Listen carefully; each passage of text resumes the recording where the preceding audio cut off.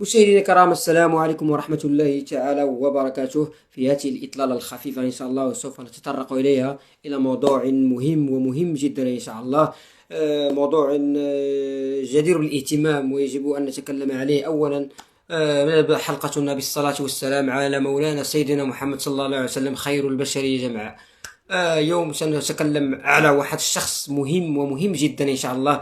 الشخص اللي صراحة ظلمناه بواحد السخرية لاذقة وما عطيناش حقه. واحد الشخص اللي خصنا اليوم نعطيه حقه ونهضروا عليه مزيان، هو السي وليد الركراكي.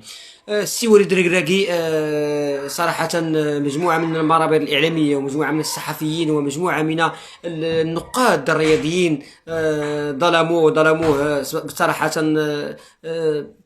بزاف. يعني خصو نعطيو حقه. اليوم غنتكلموا عليه بواحد الطريقه الطريقه يعني الخاصه بنا اللي غنقدروا نوصلوا للجمهور ديالنا ان شاء الله. بواحد الخلاصه، يعني باش نخرجوا بواحد مجموعه من الاشياء الايجابيه في حق السي وليد الركراكي. السي وليد الركراكي البارح في الندوه الصحفيه كان كيبكي.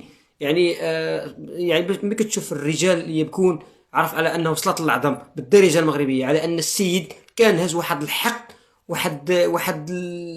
واحد يعني اشياء خبيثه في القلب ديالو. يعني البارح خرجها واكد على انه هو المدرب، هو الاحق بتدريب المنتخب المغربي، هو اللي غيصلح يجي لنا كاس افريقيا. وصراحه يعني بقات له خطوه واحده باش يوصل اللقب اللي غاب على المنتخب المغربي من 1976، يعني 50 سنه ما وصلش المغرب للفينال. يعني صراحه ما وصلش للاكوب، يعني الفينال وصلوا في اخر مره في 2004. وكان وليد الركراكي انا ذاك لاعبا مع المدرب بدو الزكي. مدرب، حتى هو مدرب عنده شخصيه وعنده كاريزما، ومدرب في المستوى العالي. يعني مدرب مجموعه من الفرق، ودرب المنتخب المغربي وكيدرب منتخب النيجر وعطى الكره الوطنيه ويعني مدرب يعني شهم، مدرب مخضرم، مدرب يعني جميع الاوصاف الجميله تقدر تقول لهذا المدرب هذا السي بدو الزكي.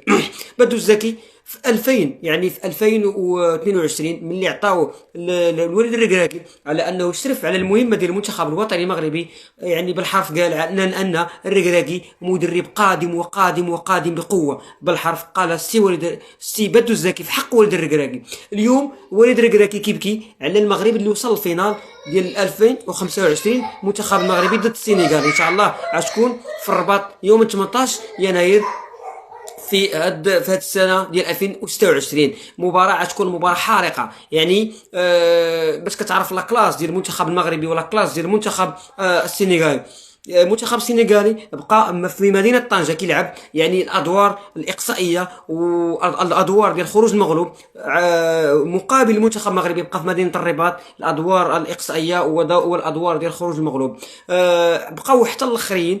يعني اخر منتخب كيبقى هو المنتخب المغربي، كيبقى في الملعب ديالو، والمنتخب السنغالي كيبقى في الملعب ديالو. يعني غيتلاقاو جوج سبوعه، ما كاين لا ثعالب الصحراء ولا اسود غير مروضه ولا اسود يعني بزاف ديال الالقاب بالنسبه للمنتخبات الافريقيه. كيبقاو جوج السبوعه هما السبع ديال المنتخب المغربي واسود الطيرانكا ديال المنتخب السنغالي. غتكون المباراه في قمه الروعه، مباراه جميله. باش نطرقوا للموضوع ديال وليد الركراكي. وليد الركراكي كان لاعبا سنه 2004. باش نجيو لي ستاتستيك ديال وليد الركراكي. 2004 كان مدرب، كان انذاك لاعبا مع السي بدو الزكي. انذاك كان هو المدرب المنتخب. وصلنا للفينال النهائي، الحلم كان جميع المغاربه بصراحه.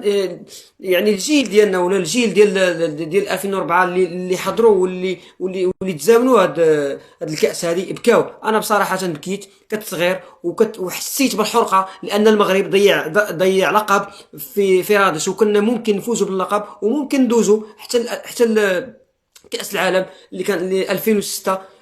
صراحه ما تاهلناش وتقصينا على يد المنتخب التونسي في النهائي ديال كاس افريقيا وفي الالتحاق بالمونديال، عفوا.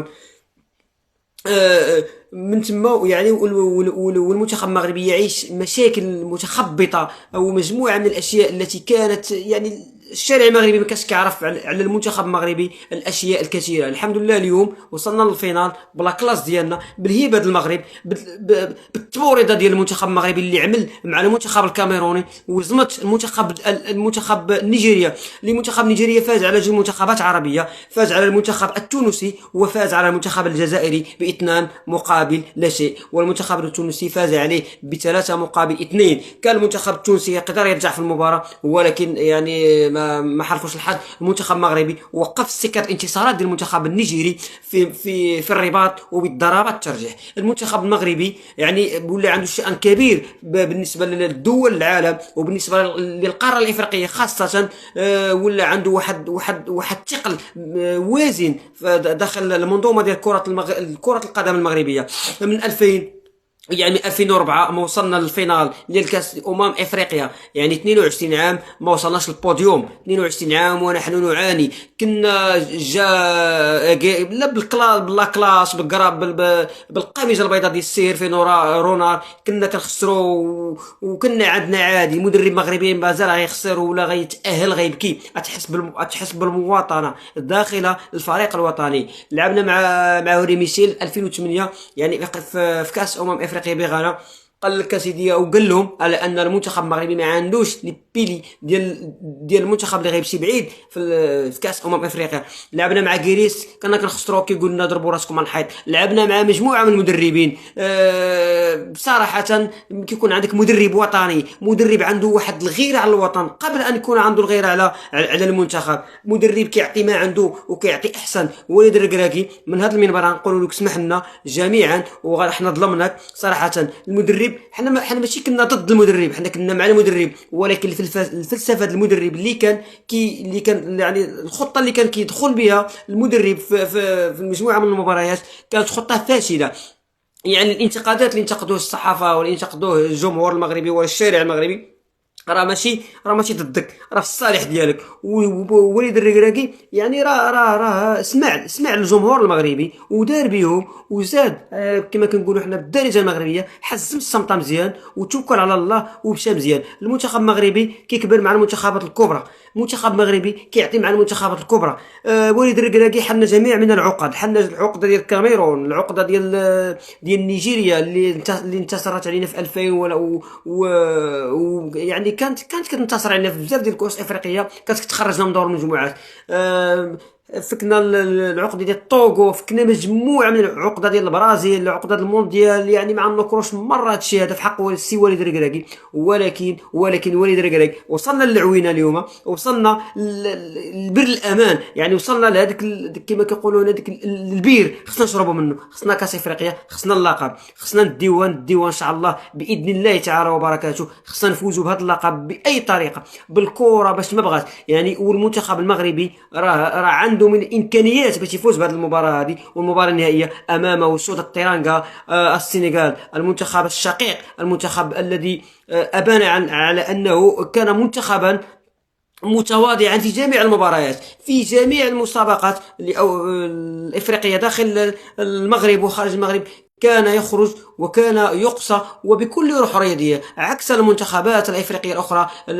ماشي كاملين، ولكن بين قوسين المنتخبات كتخرج وكتمشي وكتبقى تبكي في الاتساع وما يعني ما ديرناش الكولسه ولا ما شنو كيقولوا لها. المنتخب المغربي يواجه المنتخب السنغالي، مباراه في القمه ان شاء الله يوم 18 يناير، وننتظر من السي وليد الركراكي ارجوك الكأس الافريقيه تبقى هنا في الرباط. والمثل المغربي يقول هنا طاح الريال هنا نلعبوا عليه غيبقى. وشكرا جزيلا لكل متابعينا الكرام، وارجو منكم البارتاج، وادعو لكم ان شاء الله بالصحه والعافيه لجميع متتبعي